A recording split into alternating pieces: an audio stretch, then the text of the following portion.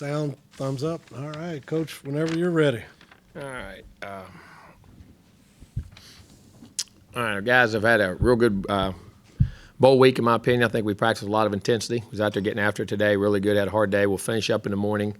A 9:30 practice. Hopefully the guys will be out of here by noon, so they'll have that afternoon and 22nd, 23rd, 24th off, and we'll fly back down on Christmas Day and then start practicing and have a normal week on the 26th on down. But guys have done a really good job. Intensity's been good. And hopefully we need to get down and play well. We need to finish the season off right. Most execution of all the young guys, you can see them get better in bowl practice. So got some good camp days in, like I say. We went back to the formats we had then. First 4 practices, got back to fundamentals. Guys did a really good job. Then we started working in the game plan, so the majority of it's in, and you feel good, and you'll polish it and add a few things here and there when you get down there possibly, but the majority of things, what you're going to do, so have a good idea. But been very proud of the kids and the way they went at it. So looking forward to a great opportunity to get down to Jacksonville and hopefully play a good game against a very good NC State team. Questions? Gabe? Jimbo, in terms of guys, whether they're seniors or whether they're contemplating leaving early, we haven't heard anything about anybody missing the game. Is everybody planning on playing in the game? Yes, that are not injured. Right. And then what's your message to those guys on things like this in this new climate with people leaving? Well, listen, it's the last time you get to play with your teammates, but also it's the last time you get to impress the scouts. I mean, there's been a few guys that have gotten hurt in the past, but it hasn't been as many guys as you think that really have that bowl game has been something's happened to any of them. I mean, it never happened. I mean, to where guys maybe dropped a round or so maybe with an injury, which you don't want anybody to get injured, but that can happen at any time. As many guys get hurt training for the combine sometimes, and I think it's a great opportunity. But now that's their choice, and I support them in every way they go. But all those guys want to finish. They want to win a bowl game. They haven't been on the winning side of that, most of them, since they've been here and won a bowl game. I believe there's only 2 guys here that won a bowl game. They were fifth-year guys, and that's Fry and Gilly that have been around. That at least that's what raised their hand in the meeting anyway. So we want to do a good job of hopefully they want to go out with a great taste in their mouth, hopefully getting back in the top 10, 15, wherever we could get to with a good win against a great team and set the program on a good direction and then go out with a great taste in their mouth winning a bowl game. So, there's nobody, those guys have all wanted to do it. To the back, Daryl.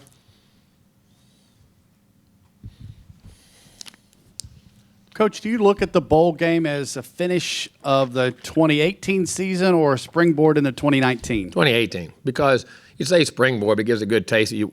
I think this is a learning experience. You have to learn how to play bowl games. This is the only sport in the world where you play your whole season, then wait a month to play. There's no other sport, whether it's playoffs or bowls or whatever. I mean, everything else starts immediately. So there's an art to learning that. So we want to learn how to prepare for that, how to do that for the preparation for our future. But this is still this year's team. This team will never be together again. This group of guys will never, ever get to play together again on one team. A team only has you say a 1-year life expectancy. It's almost a 6 months by the time you get the new guys in the summer. And, that's the only time they get to experience it. So hopefully there's some learning experiences from this that will springboard into the next year that will really help us on things as we move forward. But at the end of the day, it's finishing this year. To the left, Cease. Has Sternberger been healthy? Has he been practicing every game, and is everybody else healthy? Yeah, we got some guys that are banged up. Sternberger just delayed. He practiced the first 5 or 6 practices. He had a temperature the last 2 or 3. It's a virus. I mean, it's nothing, no injury or anything like that. He had a temperature and they're getting fluids in him and a virus. But he practiced the first, I'll say 5, 6 guys practices or whatever it was. He missed the last 2 or 3, maybe 2 or 3. I don't know how long the virus has been. Why would it be on Twitter? Down front, Brent. Sick is sick, I guess. Everything's got to be on social media now. I think you've added a tight end since yesterday, and Jalen. Do you wait for his birthday? Is that right? And a little bit about him. And he's a 6'5", 235, 40-pound guy. Had 40-some catches, almost 800-some yards, 9, 10 touchdowns. That can get vertical, that can run just like Cup. Both those guys in the 4.5s. I mean, ball skills, physical, can run. Really good basketball player in high school. I mean, blessed to have him. I mean, again, I love those 2 tight ends we got. I mean, I actually love them. I mean, I think they're big-time players. I really do. Go back to the back, Daryl. Coach, I struggle with people's names at times. Can you say his name just so I don't screw it up? The guy you signed today? Wiedemeyer. Okay. And then my actual question to you is, you come in here after ball games and you almost have a great memory of what all happened. Looking at a snapshot of the 2018 season, is there a particular play that you would say is your most memorable, maybe the top play of the year? I'd have to think about that, I guess. And if you want to come back to it, I'm good with that. Yeah. Yeah, man. I mean, there's so many. I mean, because you say one play. I mean, you always say you don't ever give up. Like I was just talking about our guys there. I mean, in the LSU game, we had a chance to get down there and we missed a fourth down, and our defense didn't go out and didn't hang their head, went out and got a big stop and got the ball back, and then the offense goes down and you fought and you found a way to get it. You had 1 second on the clock, you never give up. I think that whole drive to me might have culminated what our season stands for, that those guys believe in everything we're doing. The defense did an outstanding job of getting the ball back. The offense never gave up till the time went out on the clock. They were able to execute a situation and then carried on in. I mean, maybe that from the top of my head, maybe. But, I mean, these guys, listen, this group of guys, we may not have always played perfectly, and then we have to coach better and do a better job in that, but their heart, soul in that, and that's the big thing we wanted to get accomplished here, and they did that for sure. Down front, let Zach and then Brent. Jimbo, Mike Elko's name came up in a couple of coaching searches, but being able to keep him here, and just how important is that going forward in your time here at Well, I think it's always important, but also you got to understand that if you have success and people want to have the people from your tree and the things that you do to organize people and you get good coaches, they're going to have opportunities. That's what this business is about. But, I think Mike sees what we're building, and I think he's being very selective in the things he goes after, you know what I mean, and where he does. He's going to be a head coach. He's going to be a great head coach. There's no doubt. He's a very sharp guy in a lot of areas, but those are things that goes. But it's great to have him, definitely, especially being the first year and going back in the second year for these guys and the continuity which it brings across the table. There's no doubt. Down front, Brent. I was going to ask you about that LSU game. I think ESPN named it the #1 game of the season. In the few weeks since, having time to reflect on it, what kind of reaction have you gotten from I haven't had time to recruits? reflect on it. I've been recruiting. I've been recruiting and in bowl practice. But you get great response out on the road. Everybody said they saw it, or they saw a part of it. They saw it and went away and then came back, and or they heard about it and ran to a TV and watched it. I mean, it was a very talked about thing everywhere you went. People, because people love to see kids compete at the highest levels. And like I say, that game was I don't think it was about one team making mistakes. It was just two teams making play after play after play. And, people love watching good competition and great ball. We'll go Gabe, Olin, and then Justin. I know the bowl's about 2018, but how important is it? Every single rep so important for Kellen Mond and his continued growth. How important is the bowl game moving forward for Well, Kellen? I think all of them are, because you think about, we'll have about 15 practices, what we'll have. That's exactly the same number you have in spring practice. I mean, that's what you get out of it. And then at times, it's hard to get better in football if you don't have pads on. I mean, all that stuff is great in shorts. You can get time and you can get rhythm. But this game, especially when the big guys, the front 7 guys, and if you don't have pads on, it's hard to get better. And this gives you another spring practice before you go into spring, and that's the way you develop. And it's big for all those guys, but and the development of everything. Okay, Olin. Coach, if I can take you back to that question about about guys playing in the bowl game, and everybody across the country that set out would have that opportunity to play another game with their team. Do you have any sense at all why it seems to be important to your guys to play? Well, I think they're very close-knit. I think they care about each other. I think it matters to them. And I think they want to finish something, and I think they like where they're going and what they've started and how they're playing and the respect they're getting for how they compete in the game. And they understand that they have each other's back. And some guys, you just like to play. I mean, how many times you actually get to line up and play in college? I mean, how many times? And you don't want to do one of them. I'm not critiquing or criticizing anybody for doing it. I understand it. But some of these guys just love playing. I mean, they like playing, like for each other. I'd say something else. You may want to ask them. We'll go Probably to give you a left. better answer than I got. That's it. We'll get a couple more. to Dotson the will have left. one. I know that. Justin.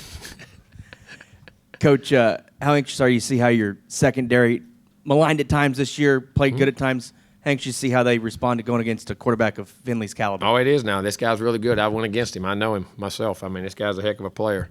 He knows what's going on. I mean, he's very methodical, surgical when he does things, understands how to play and what he does. And it's going to be a heck of a challenge, there's no doubt. And hopefully we can get some pressure somehow. I know they're really got 2 All-Americans up front in the offensive line. So we're going to have to find ways to get pressure. We've got to find ways to mix looks up, and they're going to have to cover some guys and make some plays. So it's going to be a great challenge, and I'm anxious to watch them play. We'll go front left, Zach, and then Brent, you wrap us up. We got some players coming. Jimbo, talking about Finley, and it's a team that you know pretty well in NC State. Also played Clemson earlier this year. Also going back to Florida. So it almost kind of seems like the past keeps repeating itself in some ways. Yeah. History's your greatest teacher, and your past it always comes back up. Don't you are what you are, but no, it is. It's just ironic, and there's a lot of great bowl games in Florida, and we had a really good year, so we get an opportunity to go play in one of them, and You know, so it's a great opportunity. And like I say, this happened to come against a common opponent, but that's the matchup. You know, again, it's going to be Dave does a heck of a job coaching those guys. He's brought them along. Since he's been there in the program, he's built what he's done. And they've won 10 or 11 last year and 9 this year. And, I mean, they've done a great job. And it's going to be a heck of a challenge. Brent, you'll wrap us up before we get to players. Two-parter to wrap things. All right. A lot of talk in the past few weeks about expansion. What do you think the 4-team, 18, 16? What are your 16? What are your thoughts on that? There's got to be a way because, listen, do you want the 4 best teams? Do you want politically the 4 best teams? Got to be a way to figure it out. I mean, maybe 8 teams is, but, you know, it's ironic. How many times did we really get it wrong when there was 2 teams? And I say this, and we joke about it. I didn't realize this the other day because I won't pay attention to it. We got 2 semifinal games, and we got 2 double-digit underdogs. Isn't that kind of ironic? I mean, and I don't know if the top's that much different or what goes on, how you pick things and what goes on. And it's hard because here's the thing. Everybody's leagues aren't the same.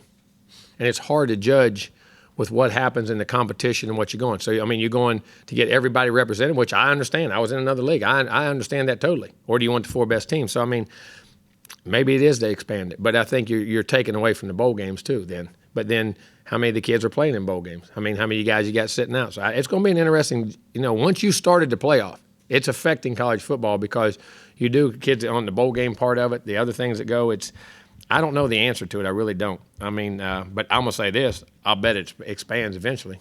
I think you got too many commissioners whose teams are being left out, too many things are going on, there's too much money to be made. But how do you do it and still play? Because let me tell you something. They say, well, the bowl games don't matter. They do in those 15 practices we just had.